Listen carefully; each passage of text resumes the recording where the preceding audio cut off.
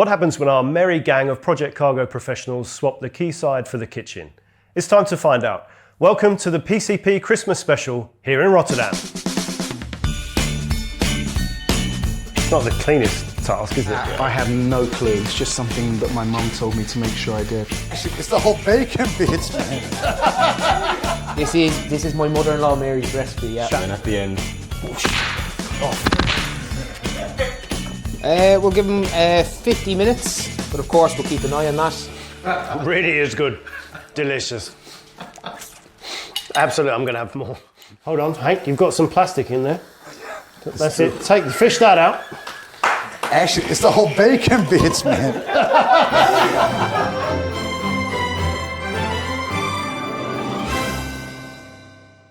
Hank, what have you got in store for us today?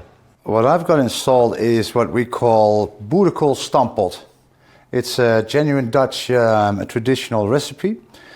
You ask me, like, what would I normally eat during Christmas? Well, that's this type of food. Okay. It's really typical Dutch dish. So. Sounds good. And is this typical Christmas or just general Dutch? It's general Dutch, easy and convenient, and it's just a matter of cook it to the death, mash the potatoes inside, and fry up some meat. It's comfort food. I just learned that word, and it's true actually. It is delicious food. However, I did make a, well, I'm not sure if that's an error, but normally bacon bits go inside, and you eat it also with smoked sausage. Okay. What we call the Unox rookworst. But I learned from you, we have somebody from Dubai, and I thought, Henk, you cannot serve somebody from Dubai pork. So I bought vegan bacon. I would normally never do that, but I thought, well, okay. I was going to ask you, I thought you might be a vegetarian or something when you said you were using pork alternatives. Do I look like a vegetarian to you? I wouldn't want to say. No, thank you. But that was very considerate of you, so well done. And I also bought the, because I'm going to make small meatballs actually, some halal veal minced meat. Great.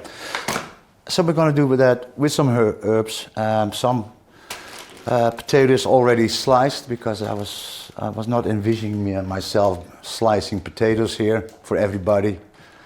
So I'm calling this also Dutch efficiency. Remember that, dear colleagues in the room. Sounds good. The only thing I have to peel and chop up is an onion, which I will mix in with the minced meat. Good. I'm going to put some water in. First of all, some salt. You don't want to forget your salt. So we've just... It looks a lot, but it's not, because it's really a mine thing I brought from home. Okay, pinch of salt. And that's just kale and salt in there? It's kale and salt. So, as I said, it's going to be Boerenkool stamppot. In this case, I'm going to cook the kale for about 10 minutes. Okay. Then I'll just throw in the potatoes. I'll let everything cook for another 20 minutes. Then drain the water, add the little bacon piece, the vegetarian bacon pieces to it. And then we should be good to go. Well, of course, parallel to that, I will cook the minced meat. Thank you. So for people who didn't see our interview in Houston, tell us a bit about NEM for people that don't know. And can you please say the name in Dutch, because I love that. Yeah, I know you love that. So I'll do it one more time, okay? And then just one more. Then you have to figure it out yourself. NEM stands for, because it's a very old company, Nederlandse Elektriciteitsmaatschappij. So, Nederlandse Elektriciteitsmaatschappij. That stands for. I think it was founded in the, well, maybe 100 years ago. I don't even know. So we manufacture so-called boilers, aka HRSGs, heat recovery steam generators. Yep. So to give that explanation a bit, our installation, because they can be very big, a little bit smaller, but basically they capture the heat from the turbines. That heat is extremely, right? And they want to utilize that heat. So we have this modular system inside our boilers with water, which is going to be heated up to a tremendous amount of degrees. And all that steam from it goes direct to a steam generator, which then again generates extra electricity, I believe between 30 or 50%. So instead of having this loss of all this heat from the turbine going in the air, no, you're actually utilizing that rest warmth. You get to make the most of the gas. You're gonna make the best out of it, yes, and the most out of it. So actually, it's in a way very environmental friendly as well, right? So very effective. So a lot of the stuff you produce is manufactured in Asia and shipped for the rest of the world. We manufacture like within Asia, in inner Asia, various countries. I also explained here today that we also manufacture certain parts, but there's more smaller parts, still important of course, on everywhere around the world. But if we talk about all that steel work, all these big modular systems, yeah, that comes all from Asia. Right. And goes worldwide. But from your perspective as logistics manager, it's global. It's global, absolutely. And these units of yours go up to sort of 200 tons? Yeah, more? basically a Hersey, because the brake bulk I said like, yeah, it goes up to 220 tons. However, a Hersey can have between 18 to up to 24, maybe 26 modular systems, which weighs up each of them between 95 up to 250 tons. Right. It depends on where they are being positioned in a boiler and what type of boiler it is, what we're talking about. So it's a lot and it's heavy. And this Christmas, you're going to be here in the Netherlands or you're traveling? No, I'm traveling. I was playing for Asia, but that didn't went through. So I'm going to Dallas in Texas. To Dallas? Yes. Wow. So what are you doing there? Well, I'll keep it short. I lived and worked in Vietnam for 2 years, and in the company there was an apprentice, a young guy. His English was not so good, and he was doubting me if he wanted to stay in the company. And then I came in, and on a certain moment I had to go to the hospital for a small operation. And then his mom said to him, like, "You need to take care," and that's typically Vietnamese, "take care of Uncle Henk." So he stayed with me 1 or 2 weeks while I was recovering, and he did all the chores. And then he had his own room, and I said, "Well, you can stay here if you want." And he was really happy because I had a nice apartment in the city.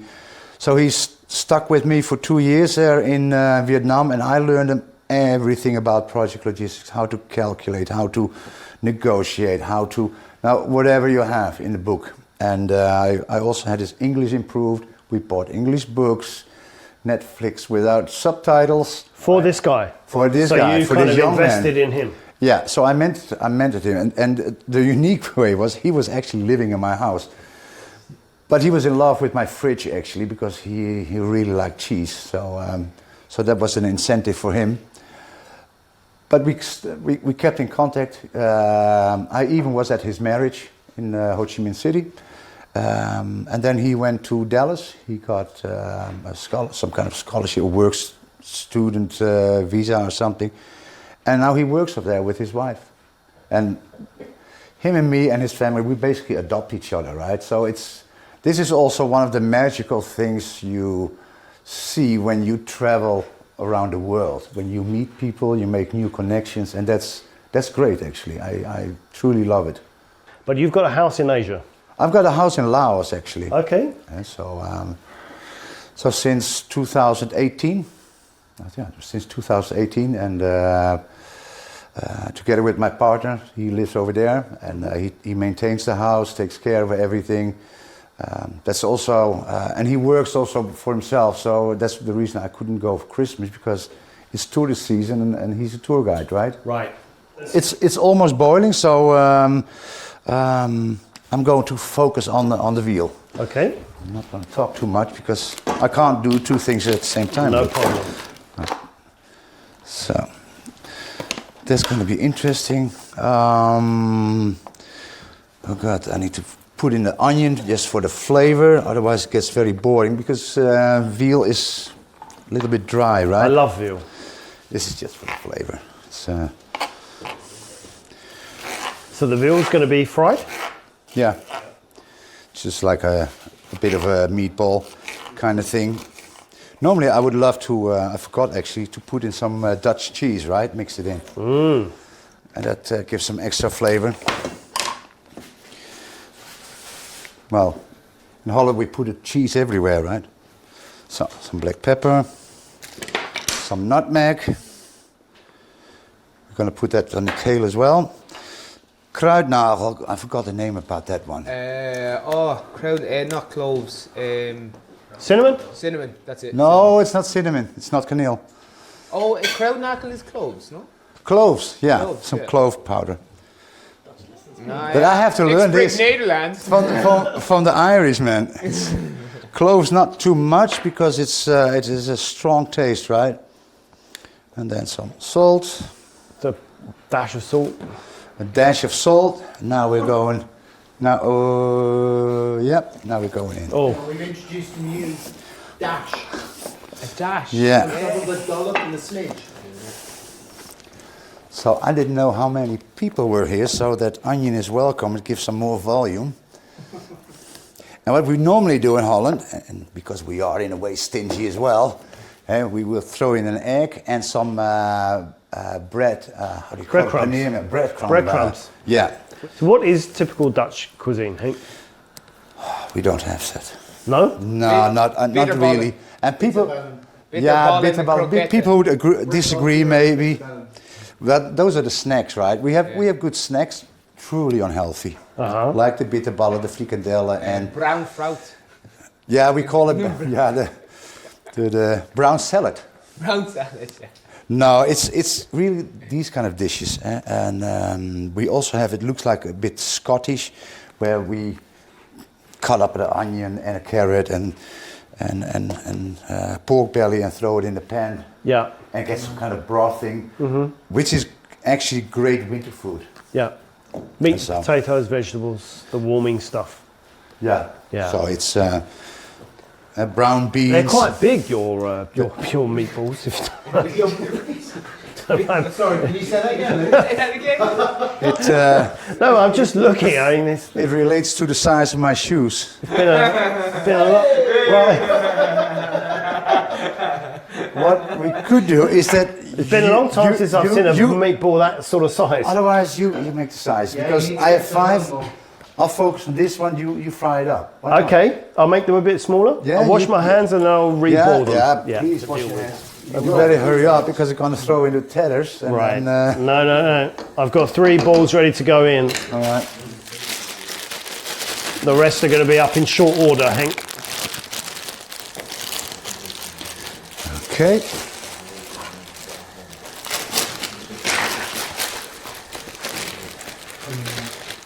Just tell us what's going on now, Henk. Potatoes from the Jumbo. So we do a little commercial here. That's not the heavy lift company. Oh, that's true. So potatoes going in with the kale. Yeah, and it takes about 20 minutes till they're soft boiled. I'll drain everything. Oh, sheeps. That's it. Yeah, it's still working. That's good. Hold on, Henk, you've got some plastic in there. That's it. Fish that out. Actually, it's the whole bacon bits, man.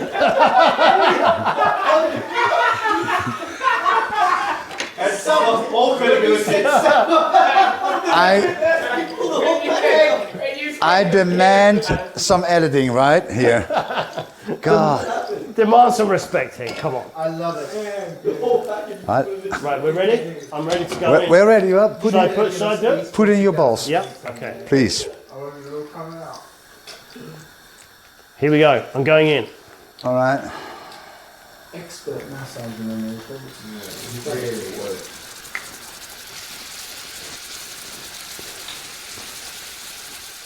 You happy with that, Henk? Yeah, but use it slow. What? Use it slow. What is that? Hurry up. Oh, so slow. Sorry. No, we're fine, guys. We're doing good. Look at that. Perfect. The onions extra. Should I chuck them in the pan just for a bit of extra fried goodness on top? Yeah, it all adds to the flavor, right? Exactly. And I don't want to break up another pan. So this one goes with the meatballs, guys, not with the kale. So. God. this thing actually working or not? Yeah, it is. Okay.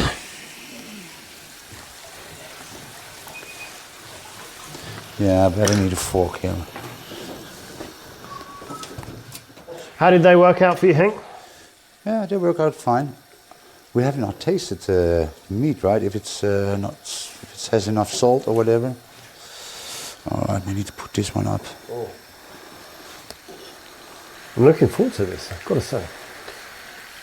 So, what's your favourite kind of cuisine? Do you like the heavy Dutch stuff, or are you more the Asian stuff that you enjoy over there when you go to Laos? I prefer the Dutch food actually. Oh yeah? Yeah. It's very easy to cook. As you can see, it's not that difficult. Yeah. Not spicy. But I do appreciate other food. So once it's strained, we mash it, and we add the butter to it to make it a little bit, to soften it up. Yeah. And we do a little taste, if it's salty enough, peppery enough. Or we add Did we have garlic in here, or does garlic not? No, no garlic. No garlic, no? No. Dutch cuisine actually does not have garlic. Alright, it's now boiling. It's now boiling. Good. Oh, but this is looking really good and smelling good too. It's, So how do we know when this is done, Henk? Is it done on eye or? no, you put a fork in a potato Okay. and it's soft, it's done. That's it. And we strain it, and we'll strain it from the pan. It's a little bit dangerous. Yeah, it's a bit dangerous, and we've only got this small strainer. No, we're not going to do that. What are we because- going to do? No, I'm going to do it by hand. Yeah? Just as I normally do, yeah. Okay. I have no choice. Okay. All right, I have to do this slowly. Pressing. Slow and steady does it, Henk. Yeah. Well, I've done it so many times. I'm more afraid that the lid falls off and the whole content goes in here.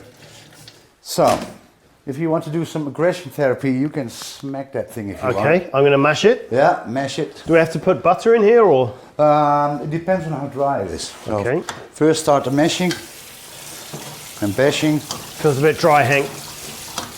I'll need to get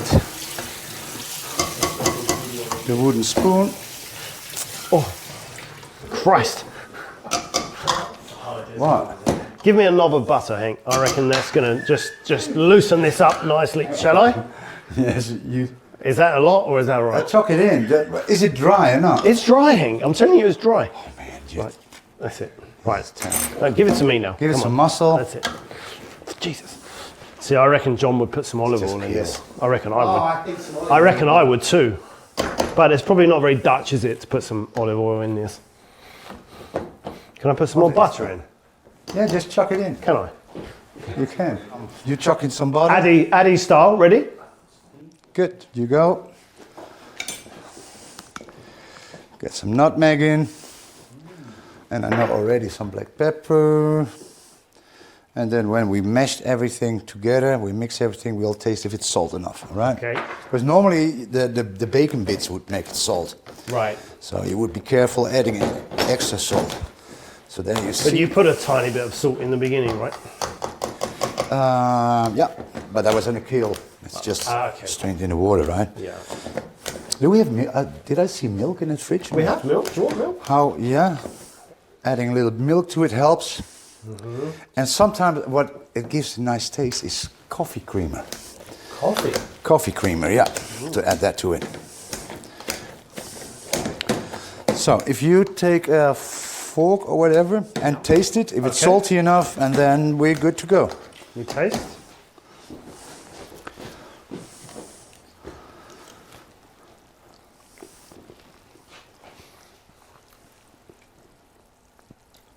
Touch more salt. Just a touch. If you've got it, Just it's it. it. Oh, okay, you've got your own. Yeah, I'm going to press it. It Perfect, works. perfect. Delicious. Yeah, that's not enough. No? Bit more. No, it's a lot of volume actually in that pan, right? Bit more salt. I'm going to taste it myself. It should be good. Okay. Yeah, it's good enough, and we can always add salt to your liking. Bit more salt if you need it. Well, we'll put the pepper on the table as well. I mean, some people like it pepperish, or extra nutmeg. I'll put it on the table. C'est fini. Bravo. Well done, Henk. Thank you very much. Yeah, you're welcome.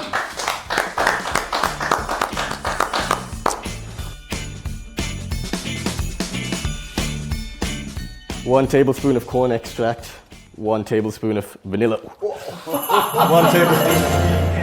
1 tablespoon and a dollop. We're back with chef number 2, Addy, and his Pavlova. What's the first step? So the first step is separating the egg whites from the egg yolks. This is a 50-50 thing. It doesn't always work, but we'll try our best. That was not a good start. So this is a technique that's been passed down in my family for many generations. Unfortunately, the technique is also not very effective. But you go from one side of the egg to the other. You're shaking a bit. Yeah, it's because you have to be really careful here. Pavlovas are very temperamental. Now you can't get any of the yolk in there, right? Yeah, there's no margin for error, unfortunately. Oh. So the first egg was successful. We just need to go. we just need to do this 4 times. Ooh. So a bit of concentration for this part. The rest of this is... It's not the cleanest task, is it? Yeah, it isn't. Here we go, the last egg. If anything was going to go wrong, it was going to happen now. So, what do you think, Luke? Is there yolk in there? No, don't put that in. Okay. Yeah, that's it. You've got enough. Well done. Nice. Whew. I'm glad that worked. We only had 1 spare egg, so no margin for error. So far, so good. Next step, pinch of salt. Oh. Did you think that was an electric? Yeah. Jesus. No wonder. This industry is just so old school. I mean, manual salt. Oh, jeez. I think that's about a pinch. Yeah, Nice. it's almost a dollop. The next step, the whisking. And you want to angle the bowl to maximize. This could take about 10 minutes. So you need to keep whisking until soft peaks occur. Going up a few levels with the engine. Look at that. It's looking pretty good. Yeah. Soft peaks forming. And the final bit of sugar. All of that's going in. Okay, I'll probably slow it down. Wow. 200 grams of sugar in case anyone wants to know. And the last bit of sugar, getting thicker. Okay, it's looking nice and thick. So next step, I've got to add the cornstarch, white vinegar, and the vanilla extract. Needs to all be folded in. Are we confident you bought the right thing yesterday, the vanilla? Unfortunately, no, we've used a lot of Google Translate and goodwill of a lot of people working in the grocery store, but hopefully the Dutch translation is accurate. So whilst you're doing that, tell us a bit about Bluebell Shipping. So Bluebell Shipping started by my father about 40 years ago. We've got 18 offices at the moment, headquartered in Dubai. We're in Kazakhstan, Uzbekistan, Australia, Saudi Arabia, Iraq, Turkey, basically all over the Middle East, Oman, and we are focusing more on developing countries like in Central Asia as well, and Australia is one of our latest expansion points. So when's your dad going to join in on some of this stuff? Why is it always you that's the front man? Well, we have to prove this to be a success first before he gets involved, I guess. Okay. Yeah, I don't know how well it's going either. So yeah, So good. 1 tablespoon of corn extract, 1 tablespoon of vanilla. 1 tablespoon and a dollop of vanilla. Can I just say, if this wasn't the Netherlands, in Dubai, they put a stopper, but anyway. So this might be a very vanilla-y Pavlova. Yeah, exactly. That was part of the original plan. I wanted it to be more vanilla flavored. It's Christmas after all. Nice. Yeah. Quick wash of this. Yeah, nice saving. And then the final ingredient, white vinegar. I think we should call in the pro chef, don't you? Henk, why don't you come and join us? So, Henk, Good. do you have any feedback on the Pavlova so far? I know you've done it before. Well, first of all, I was happy I managed not to get involved in the first place because of the cracking of the eggs. Because you only had 5, right? So But as an expert chef yourself, would you say that the egg cracking is difficult for an amateur? no. Oh. I'm very sorry, because you said this was the family thing. I mean, I learned that from the start as well, actually, when I was young. And maybe we have the same family. We must have had the same family, yeah. Maybe, yeah. Yeah, exactly. I don't trace God. my roots back deep enough. So it's almost ready to go in the oven? Yeah, ready to go. Let me just put it on the tray. So, you want to try to get it as a circle so it looks more like an actual cake. As you can see, pretty stiff. Could be stiffer.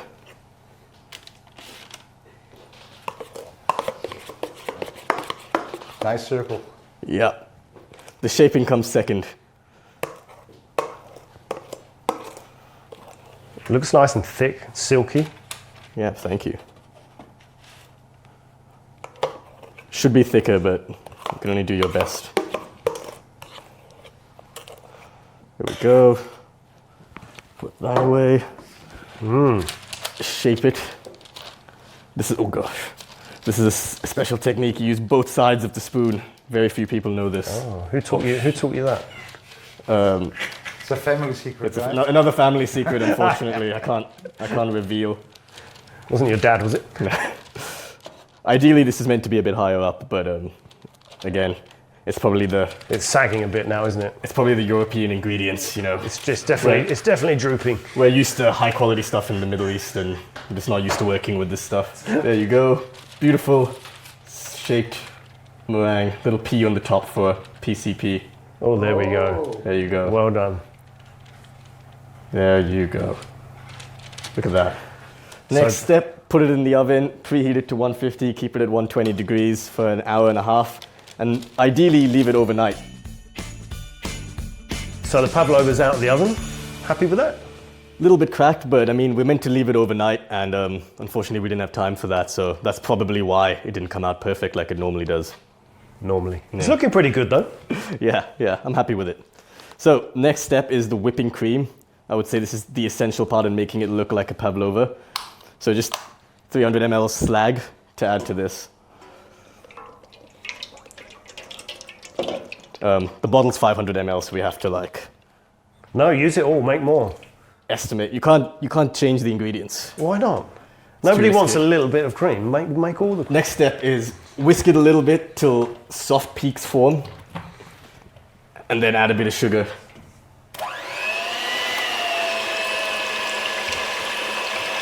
Whoa.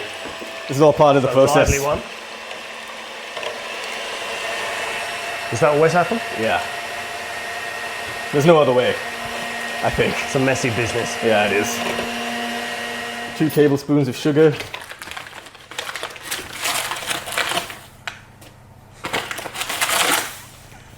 And then a little bit extra. One to for make luck. sure.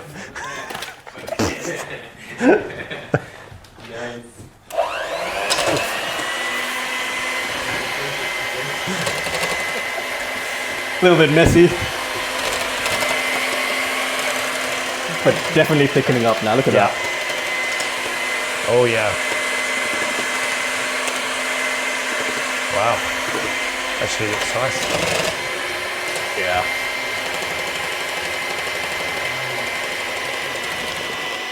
Nice. Looking pretty good. Final ingredient for this. Just a dash of vanilla. 1 tablespoon of vanilla extract. That's a teaspoon. That is a teaspoon, so we're gonna have to estimate.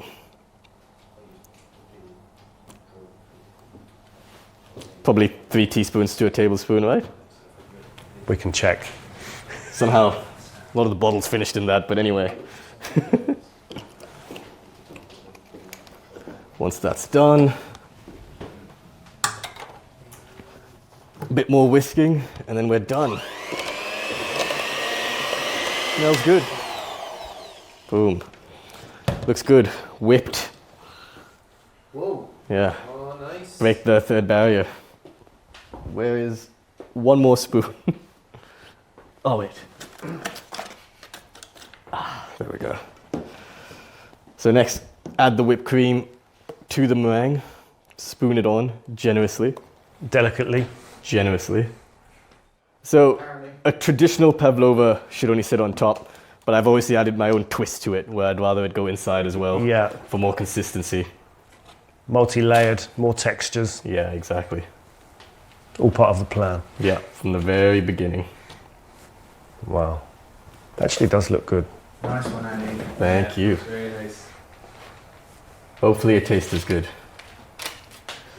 Yeah, there's a lot of sugar in this, so be careful. Cover it all up. Cover up any imperfections that may have been there. You were right, we didn't need all the cream. Yeah, this is a lot of cream.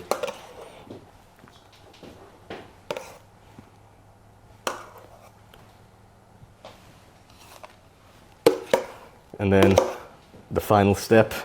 I think you could be a painter and decorator if you want to just It's that same back of the spoon stop technique. with the logistics game. This is the family secret. This is a special. I developed this technique over many years, but It's the family swirl, right? yeah, Your exactly. dad is going to be so proud. I'm impressed. Very few people can pull this off, but and then at the end, whoosh, off.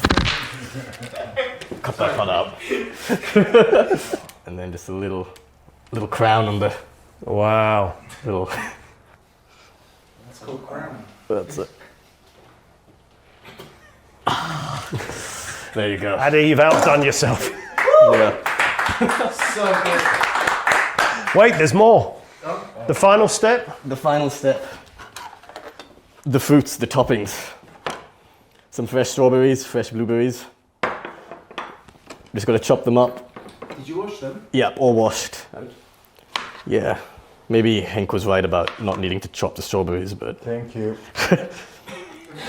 I mean, these are a lot smaller than the strawberries we get. But anyway, yeah, you need a little bit of randomness. You don't want it too perfect, right? Okay. Art is There's a- strategy art. behind it. And then landing. Boom. And sticking. Nice. Controlled chaos. A little bit. It's good.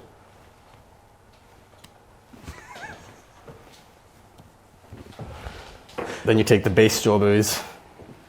Oof. Okay, that was anyway. Oh, they just sit around the edge, do they? Yeah. In case you want them, they're there. We Don't don't. want to cut anymore, right? Yeah, exactly. We don't cut the stalk off, no. No, the stalk's part of the taste. Part of the fun. Yeah.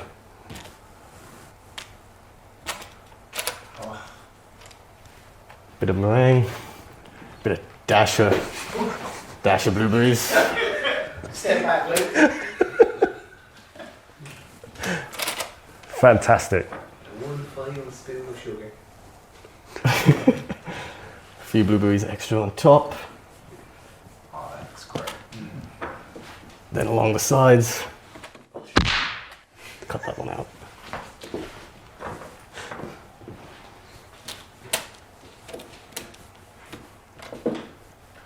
It's all part of it.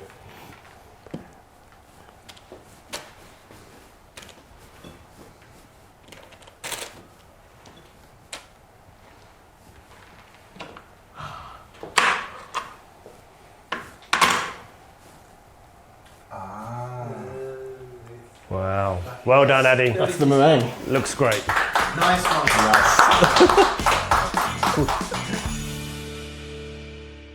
I mean, I'm also surprised we haven't had any injuries now yet today, so I'm really conscious that I won't do that right now. Plenty of time. Plenty of time. Peter, what are we doing? Well, I don't know what I'm doing, but we're going to attempt to make Irish soda bread, brown soda bread, and then when it's baked, we're going to serve it with a bit of smoked salmon. That is the plan. If that happens, it'll be exciting to see. Sounds good. So this is Mary's recipe. This is my mother-in-law Mary's recipe. Yeah. Shout out to Mary. Shout out to Mary. How are you? I won't give away the secrets, Mary. Don't worry. I'll keep it quiet. So soda bread is something that you eat at Christmas, or You kind of eat it all year round. But like, yeah, I mean, if you're going to have something just like a snack at the start or something, or even at any stage, I kind of like any Christmas in Ireland, you're just eating all the time, right? So this is something that we'll have Yeah, just always there. I'm going to do it with smoked salmon. People have it for breakfast. They'll have it with just butter. They'll have it with whatever. So it's quite a common thing, right? So, and you can buy it in most shops as well. It's that common. So, but you don't see it over here. But the homemade is always better. Of course, homemade is always better. Yeah. Well, homemade by Mary is always better. That's all I'll say. But we're going to attempt and do her justice now. So far it's just eggs and milk? Yeah, but this is buttermilk. Okay. All right. So one of the things with soda bread is you use a rising agent, but you don't use yeast or anything. But when you use, we're going to use baking soda. And when you use baking soda, you're meant to have an acidic thing apparently, and that's what the carne milk is what they call it in the Netherlands. But yeah, this is buttermilk back in Ireland, right? Right. So we're only putting in a bit now, and then I'm going to start weighing in the other ingredients, and then we'll add a bit more because we're going to do it by feel. So after that, it's actually quite once you translate the units, it's quite straightforward. So we'll do this here. Luckily, we can change the units here. So we have wholemeal flour. This is considered quite healthy, by the way. It's healthy. Yeah, it is. Everything else you do over Christmas probably isn't the healthiest, but this is quite healthy. So we're going to...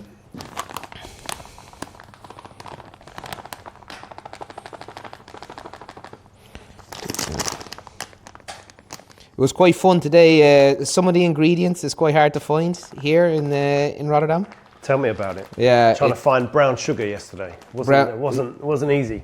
Well, the funny thing is they love baking. So I'm here for a while, but yeah, they love baking, but it's you're kind of doing your shopping with Google Translate because you have to work out the names of everything. Yeah. And then even still, there's certain stuff they just don't have because it's not made as much. Well, I do that in Portugal. I just take pictures of everything in the supermarket with ChatGTP and say, what is this? And then it comes and just tells you in English what it is. Brilliant. That is handy. Take ChatGTP shopping. So there we go. So that's 6 from 14. That's going to be 8. 2 more. That's only 10. No, I need 2 more. Anyone following that? I'm a metric guy. I studied engineering, so this is quite a challenge for me. But anyway. So, are you much of a cook generally?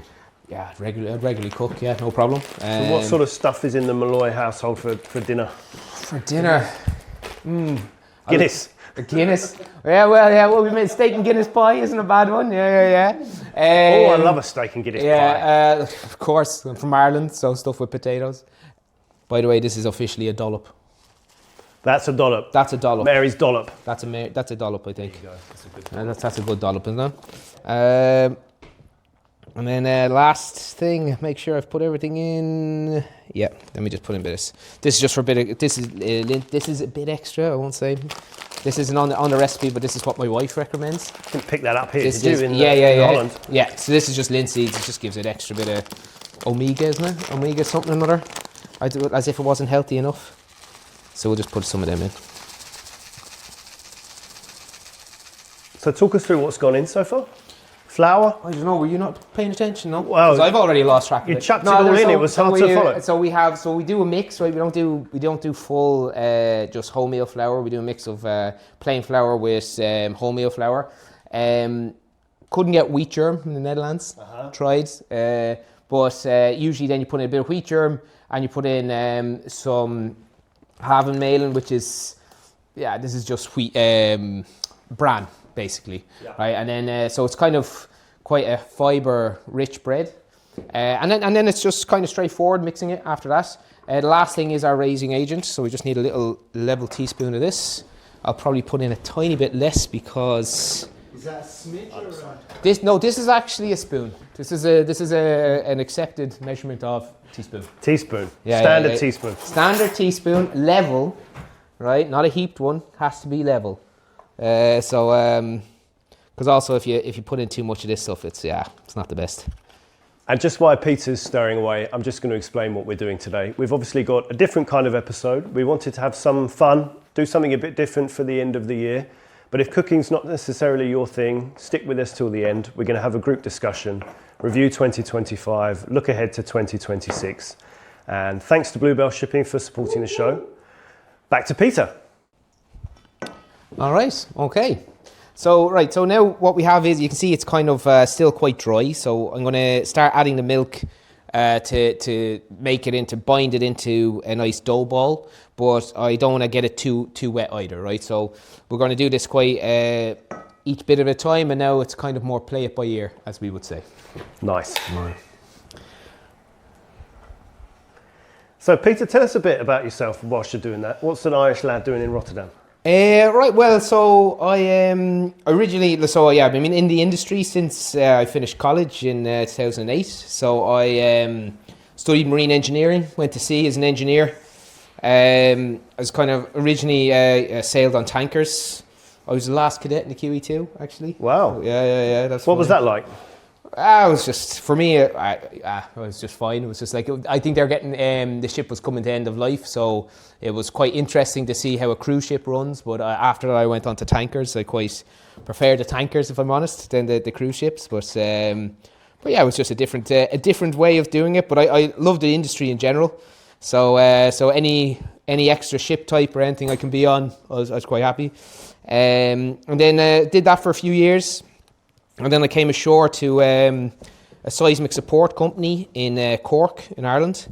And I was basically doing everything kind of like certificate. Like, I was working as an operations assistant, but from a kind of a technical management point of view. So, you know, anything from class certification, helping with crewing, purchasing, that sort of thing, you know, projects, putting internet on vessels, that sort of thing. And then also helping with the technical stuff where required. So I'd be an assistant in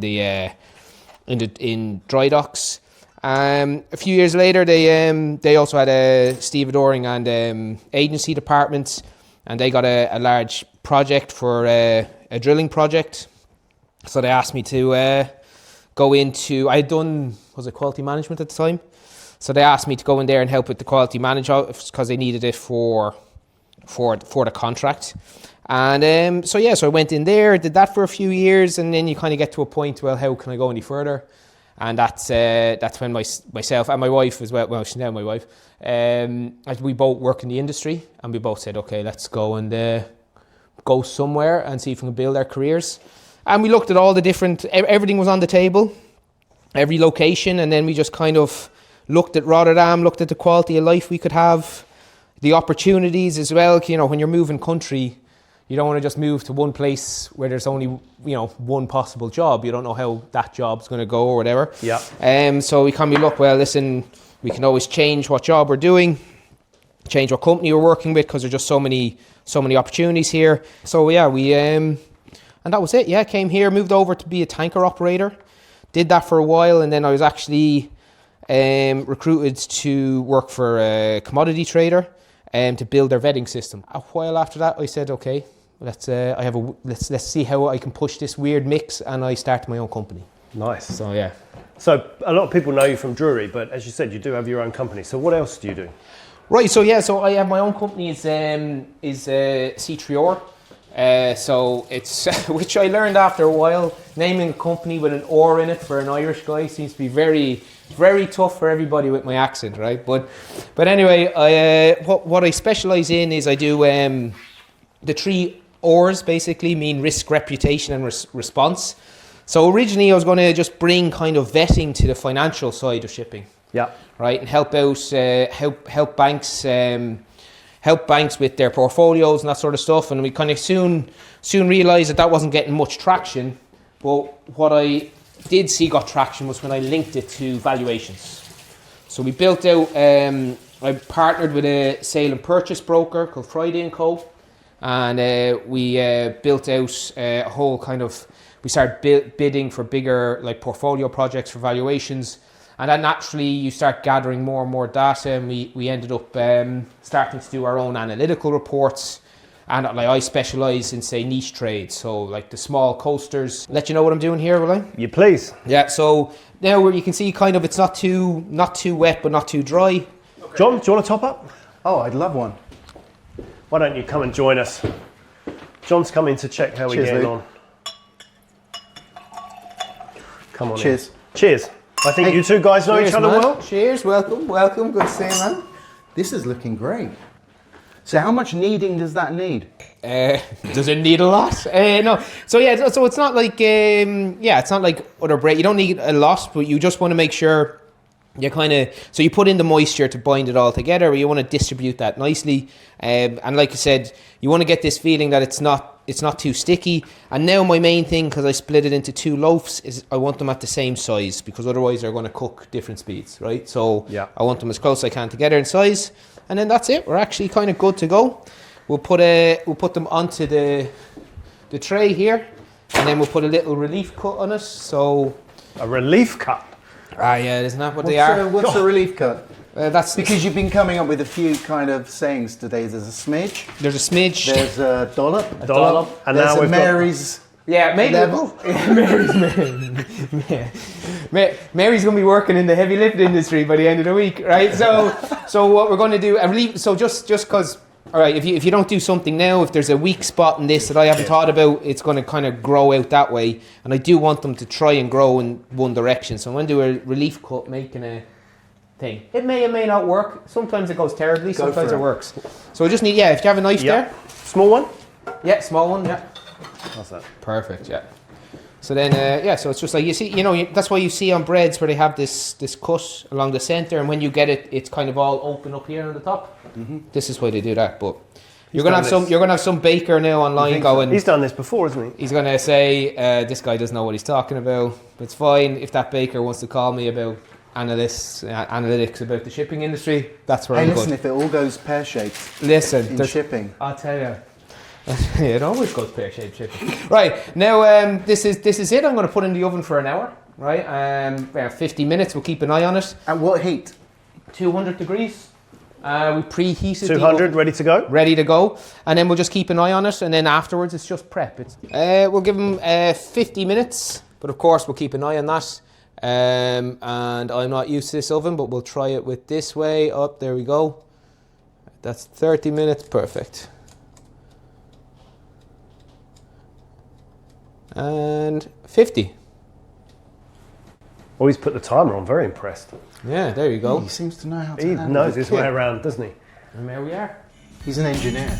Yeah, that's just the thing.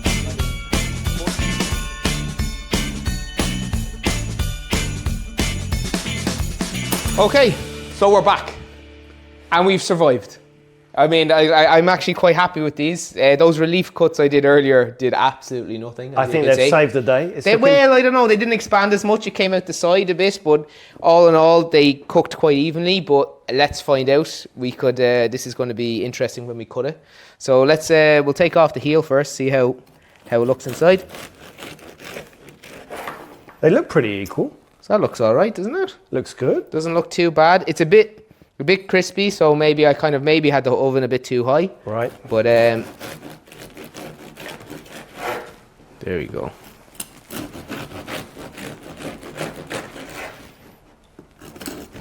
So this is kind of good snack for maybe Christmas Eve with a glass of champagne. It's 5 o'clock in the afternoon. Well, you could eat it all. You could eat it all day. You could eat it with your breakfast if you're doing like a fry in the morning or anything like that. Okay. Have a bit of brown bread. It's not going to bloat you as much as because there's no yeast or anything in it. Yeah. It's not going to bloat you as much, but yeah, it's quite a normal thing. We could have it just on with a slice of butter. With a bit of butter. Yep.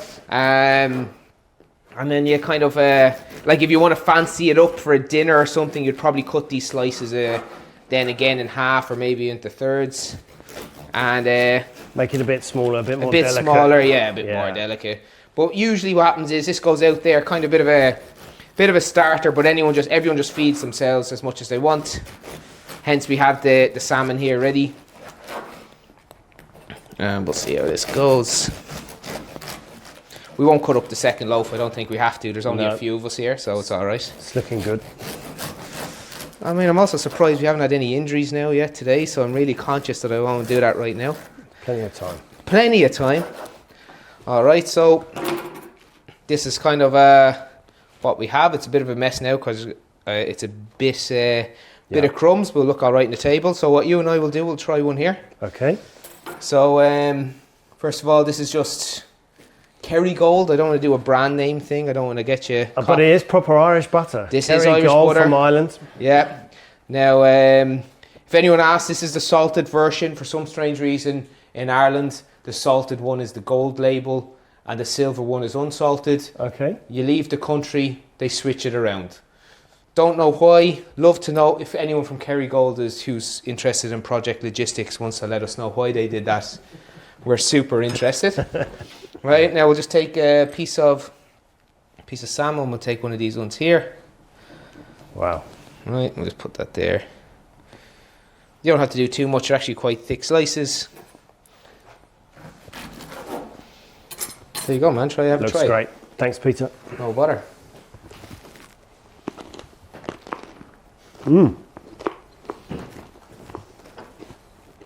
Really Not good. complicated, but it's Really good. tasty, huh? Soft, tasty, really good. And that's it, really. We'll have a second one here in case everyone gets really hungry. But now we'll lay it out there as much. Some people might have it with just butter. Some people will have it with salmon and butter. You can put whatever other spread you want on it. But Actually, it's really good. I love the surprise on your face. No. Delicious. Thank you very Cheers. much. Cheers, and to Mary as well. Thank you. Well done, Mary. Listen, with people around you and having a glass of something, cooking's always better. Oh yeah. We're back with John. John, what are we cooking? We are cooking stuffed peppers finished with cheese and olive and tomato sauce. Sounds delicious. So something very Greek. So this is a Greek Yes. recipe? Well, we've claimed it. Okay. It might not be originally, but we've claimed it. So you live in Cyprus. How big a deal is Christmas in Cyprus? Massive. Oh, yeah? Family, arguments, the whole shebang. Sounds like England. Yeah, but probably a little bit more things are thrown. Cyprus family. Oh, really? did it. Oh, yeah. Oh, yeah. Oh, it's not a party until something gets thrown. But seriously, people celebrate Christmas? Yeah, big time, big time. Most of the people in Cyprus are Greek Orthodox, Yeah. so it very much follows the Catholic and the Protestant and the normal Christian sort of festivals. So it's all pretty much exactly the same. They make different things. There are families that will make your typical turkey. Okay. There are other families that will go for maybe a goose. There are other families that will I make love a goose. souvla, which is Nice like and fatty. souvlaki. Oh yeah, gorgeous. You can have souvla, which is like souvlaki, but they're bigger pieces and it's on the bone. And that can be pork, lamb, or chicken. Right. So nice big pieces of meat, skewered, cooked over charcoal. Yeah. Very nice. So whilst you're doing that, tell us about your role at AAL. You've been there some time. What's your day-to-day look like? I've been there for almost, it's now my 12th year. Before that I worked for a few years for a sister company, Okay. doing projects for Columbia Ship Management. And I work out of our Cyprus office, which is also where the headquarters of the group are located. Right. So our mother group is Shell Holdings, and I sit in the office of Shell Holdings along with another 4 or 5 guys from AAL, because we're headquarters in Singapore, so most of our team are out in Singapore. Yep. And my day-to-day pretty much is waking up nice and early so I can be and have FaceTime with the Singapore team. Of course. And it's a lot of fun. No 2 days are the same. So how did you get into PR and comms in the first place? I originally was in marketing. I worked in marketing, sales and promotion for a company in London called Shandwick. And I was working on crazy accounts like Adidas and Carlsberg and Kellogg's Cornflakes. And it was all sort of FMCG stuff. So very different. Huge budgets, crazy ideas, huge teams. I had a team of about 60 people working in my marketing department. So a bit like Project Cargo, then money's no object, do whatever you want, be creative.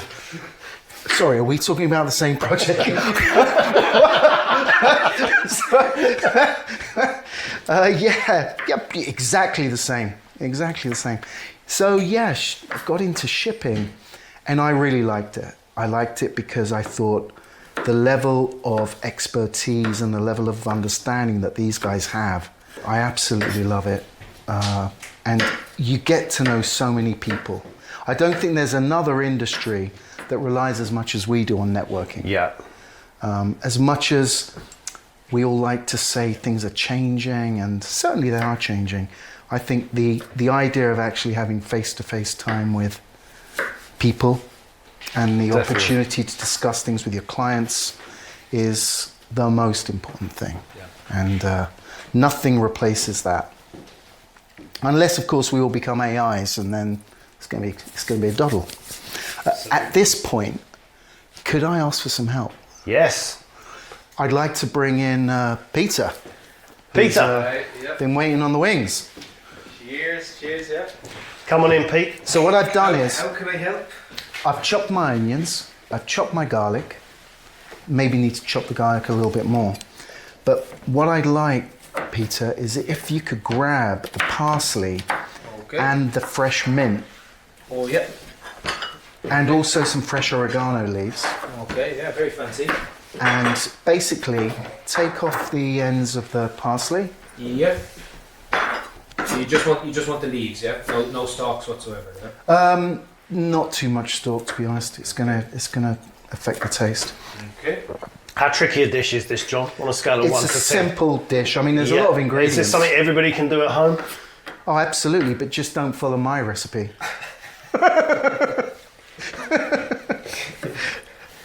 So that's done. The parsley and the aromatics are being done. I'm gonna now wash out the rice. The mince is prepared. Yeah, we're looking good. A herby, flavourful dish is what we're going for. Absolutely.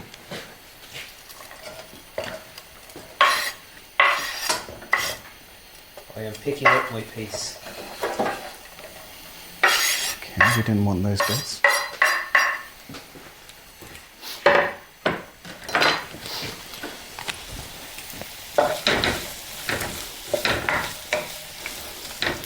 Can you keep an eye on those for me, Luke? Certainly. And as soon as they start to go a little bit golden, Help you cook it all. You can tell he's in charge of the marketing and department, you know can't what? And I'm going to go out for some wine and Let me keep an eye on these onions here. Do we need to chip in as well or not? Oh, I'd love that. Does anyone want to chop some tomatoes? You can smoke a fag. No, I'm not going to do that. I'll do that. Okay, meanwhile I'm going to... Now, what I'll do is I'll actually wash out the rice. So you're saying that you also you did manage teams? It's really showing now, you know.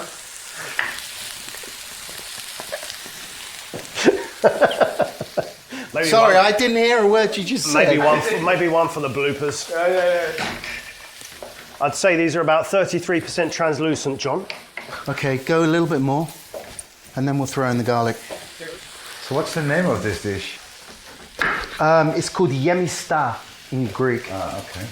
Yummy stuff. which Yemista. basically means stuffed, Yes, stuff. because we're very literal. That good analogy for the business next year or not? Ooh, Are we stuffed or? no, I think next year is going to be okay. Yeah? Yeah. I think there's a lot of new sectors, coming into the fray.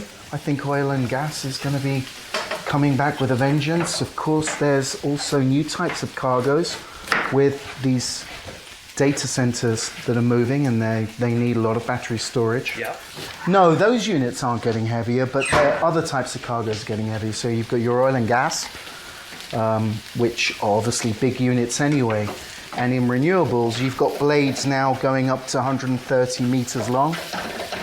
So those cause any amount of issues for anyone. Yeah. Pete, you've worked up a sweat. Me? No, that's just the heat off these onions. Once they hit 39% translucent, it just gets sweating, you know.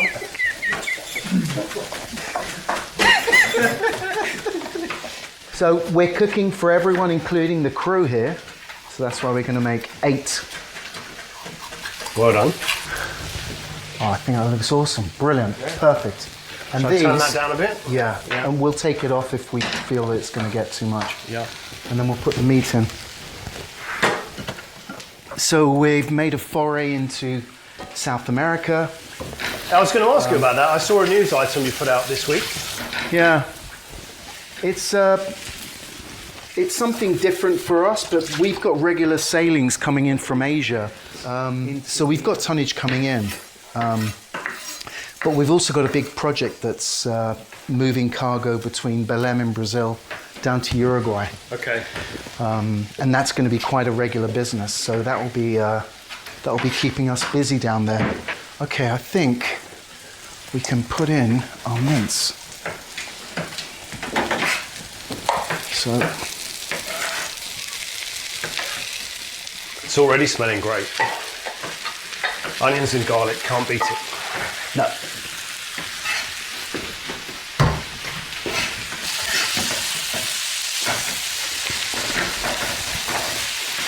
Okay, this is looking good. Okay, basically, this little trick, which is the 2-finger technique, is using brown sugar to coat the inside of the peppers, which is best done with 2 fingers. Why do we do that? It basically creates a nice, because this is more sweet than necessarily savory. Yep. And it kind of just coats the inside of the pepper, which can get a little bit bitter. Maybe it gives you a nice crust inside.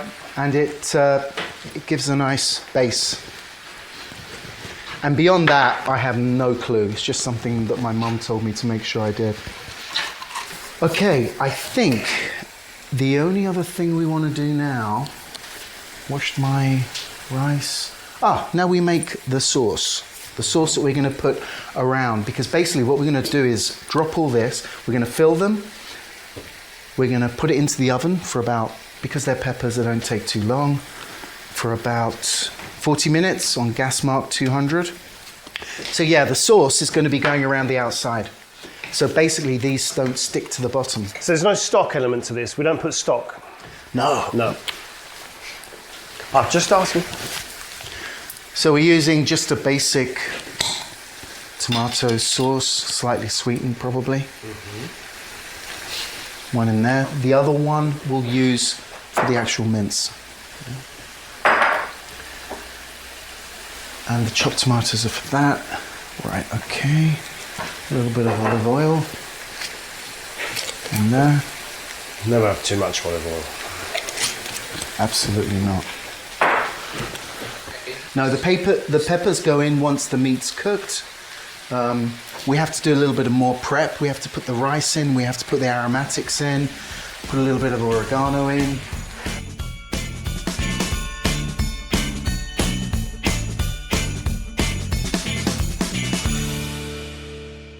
We just wanted you to try the mince just before I put on the final bit of tomato. It's actually really good. Yeah. And most of it's just fresh ingredients, right? We put no... Good? Perfect. Now, what we want to do is, Addy, You're up, Addy. I'm ready. can you put a little bit of this sauce, not much, maybe just about that much, maybe just a little bit more, in each of the Peppers. peppers? Sure, no problem. Thanks, mate. I'll check it right away. God, if I look at that, I'm dead ashamed already of my recipe. It looks good. We need to let that cool down a little bit. Everything else is pretty much okay. When does the stuffing happen, John?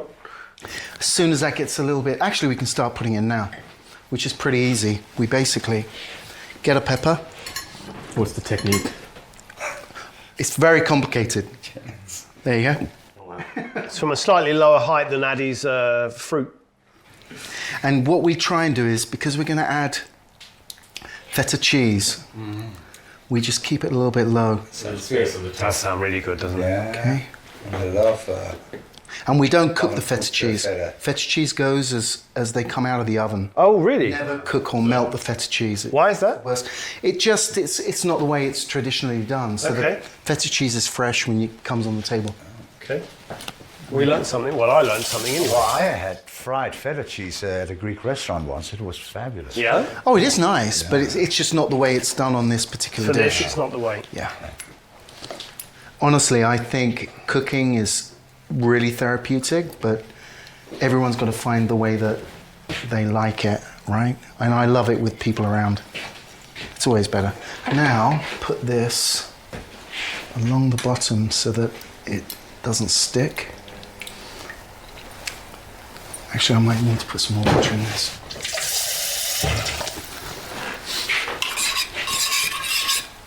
Okay, that's better. Silence. It feels like a holy moment here. I think everybody's so hungry, we're just like... Yeah, we're like, hurry up, please. Yeah. With peppers.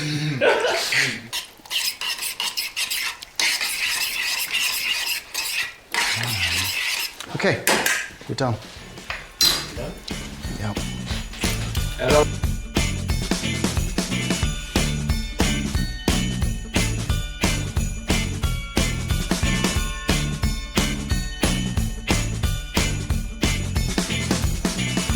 Now, Luke, Looking good, John? which colour do you want? I will go for a green, as there's only one. Be special. Okay, let me get the green out here. Okay. How long do they have? Remind us? Took about an hour. Okay. We're going to put some crushed feta cheese Great. just to garnish it. Now, the feta cheese is not cooked. Okay, now we need some sauce.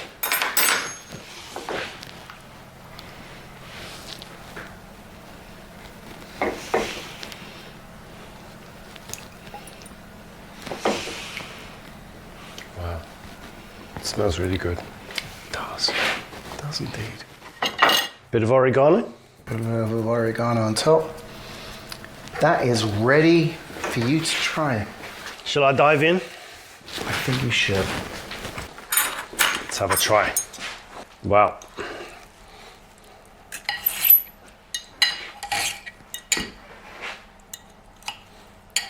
Looks steaming hot.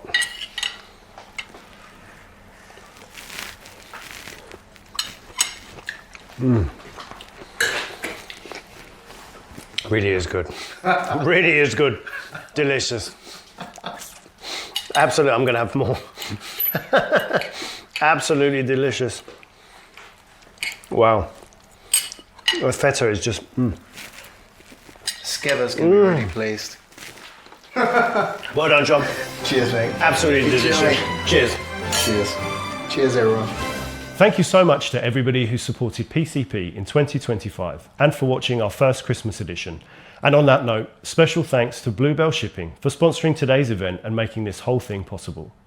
Bluebell are a Dubai-based project forwarder rapidly expanding in the Middle East, Central Asia, Australia and beyond. Find out more about them in the description below and get in touch with Addy on LinkedIn. Stay tuned to PCP and we'll see you in 2026.